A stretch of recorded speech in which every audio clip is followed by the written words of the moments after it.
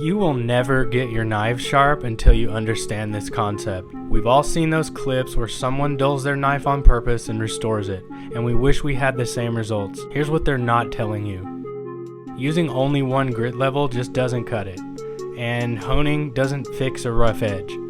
Unless you want to spend all day grinding, start with a coarse 240 grit and work your way to the smooth 5000 stone. Look at the difference in these grit levels and wait until you see the results you can get with this method.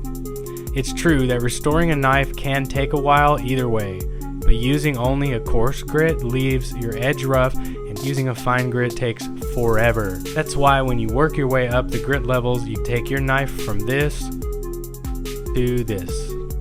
And that's why